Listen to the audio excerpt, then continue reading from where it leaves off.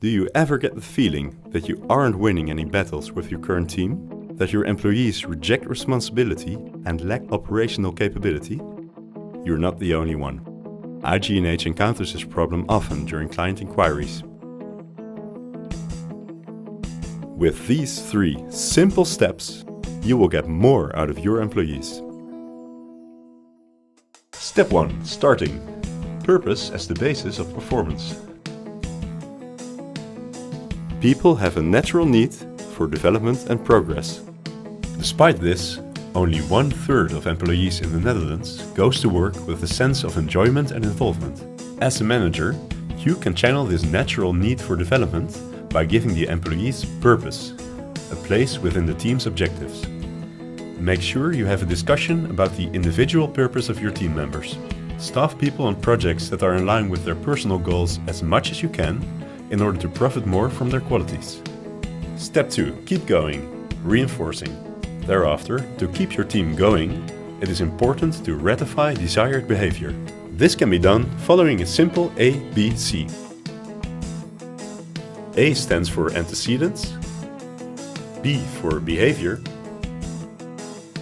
and C for consequences. For example, a lack of contact moments for sharing knowledge gleaned during the week is a negative antecedent for desired behavior. Setting antecedents alone is not enough to keep behavior going on the long term and in the correct fashion. Around 80% of our behavior is dictated by consequences. A punishment or reward that stems from our approach. Edward Lee Thorndike researched the behavioral tendencies of animals using a puzzle box.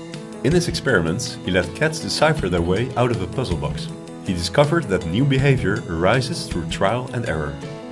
Only when there is a reinforcer added to the situation, chances of the occurrence of this behavior grows. The behavior gets ingrained in the animal's behavioral patterns. With humans, we see the same effect. Without consequences, a stand-up can easily be put into practice in the wrong manner, for instance, or the turnout of the stand-ups will shrink. Step 3. Securing. Creating a culture in which making mistakes is allowed. Thereafter, it is important to create a culture in which mistakes are seen as possibilities for learning and growth.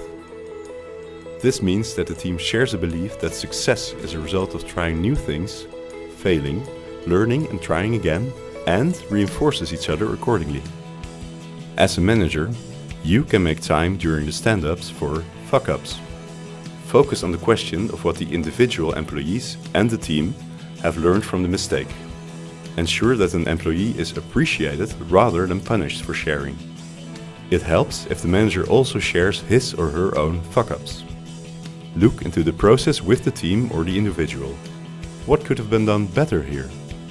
Research shows that receiving feedback on the applied strategy works better than feedback aimed at end results. Given the right feedback, team members learn more effectively from mistakes, take on more challenges, and enjoy their tasks more.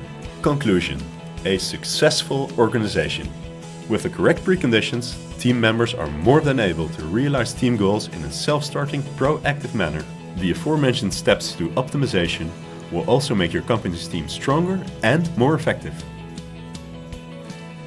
Would you like more information on this topic? Feel free to contact the Organization Transformation Team at IG&H.